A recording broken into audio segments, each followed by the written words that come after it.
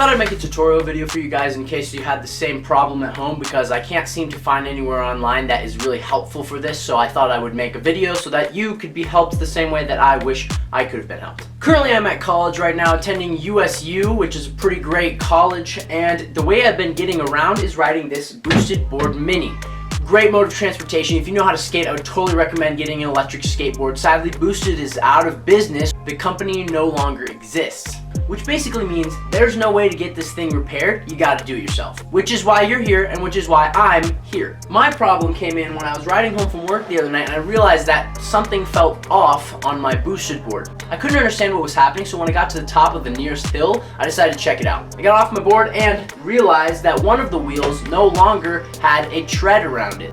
Obviously, if you look at this, they need the treads to work. They're pulling through the motors, and that's what's causing the dual wheel action to, go forward and go backward. Somehow, one had snapped off. Now, I knew the case was it snapping off because there's obviously no room for anything to wiggle out, so I didn't even bother going back and looking for it. The problem here is that I can't just go online, www.boostedboard.com, and get some repairs, ship my board in, and then get it back a few months later. I can't do that. That's not how this works. Boosted is gone. So what did I do? Well, I found some better treads. I found some Momentum treads, said that they worked on Boosted Board. I got a pack of 4 on Amazon that you just got here today. And today I'm going to show you how to put these onto this. Let's do it. I started out by grabbing the tools that I have. Now, since I'm at college, I don't have a very extensive tool set, so I gotta work with what I've got. And that's one tip that I have for you guys. Work with what you have. Now, I had to get this bolt off, so I grabbed some pliers, since that's the best tool I have for the job. When I went at it, I had to break the factory seal on here. Now, you'll notice that this little orange line is preventing the bolt from coming off because, you don't want your wheels coming off. So after doing some very, very hard work to move that off, I eventually broke the factory seal. That sound you just heard was it breaking. Once that seal was off, I was able to easily remove the bolt with the pliers. Now, make sure you keep all your pieces in one place so that you know what goes where when you're putting things back together. That would be what I'm doing right here. After I removed the wheel, I noticed that I needed to get the tread onto this little gear on the inside. Initially, I tried to slide it in, which you'll notice is not working.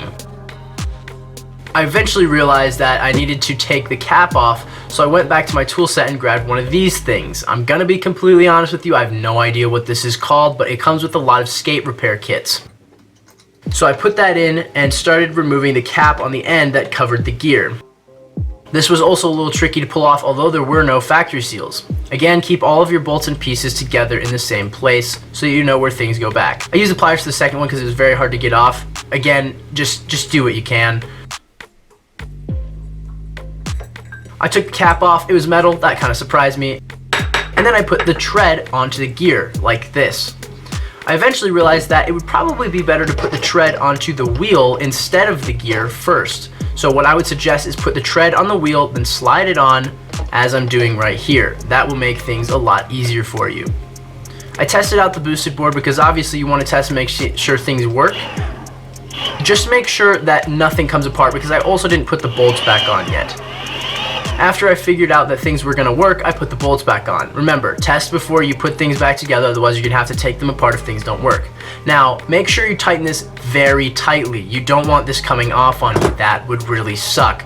Once I put the wheel and the bolt back on there, I tightened the cap over the motor as well.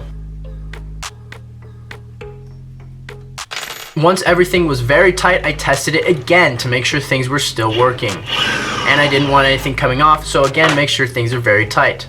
Once this was done, I did the same thing for the other side. Now, while the other side didn't have a tread snap off, I thought, well, if one snapped off, the other one's probably close behind. So I ended up taking the tread off, and what you'll notice here is that the inside was rubbing off. That's not supposed to happen. In fact, not only was it rubbing off, you could notice that some of the others were starting to peel off. This tread was as good as garbage. I did the same process for this, replaced everything, and test again. Make sure you're testing a lot. You don't want anything popping off, flying off, or doing its job incorrectly, because otherwise, if you put everything back on and it's not working, you're gonna have to take it off again. Once I had everything tested, I put my tool kit away, Make sure you clean up your station after you're done with your things and put everything back where it was. I also took it to an empty parking lot and tried to test it out, make sure things were running smoothly. I would suggest going to a relatively empty parking lot so that in the worst case scenario, if your boosted board does fall apart,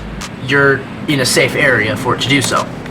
Once I had it all tested out, I once again checked to make sure that everything was still on tightly and not loosened. And that was worked out well. Once that was done, the boosted board was as good as new. I hope this tutorial helped you fix your boosted board, or if you were bored, I hope that it kept your boredom at bay if you didn't have a boosted board and you decided to watch this video anyway. This isn't what I normally post on this channel. In fact, this is actually the first time I think I've ever shown the boosted board that I own on this YouTube channel. So if you'd be willing to check out some of my other stuff, that would be totally awesome. If you like what you see, make sure to hit that subscribe button, like this video, comment down below telling me if this helped you or not. Thanks for watching. Have a good one.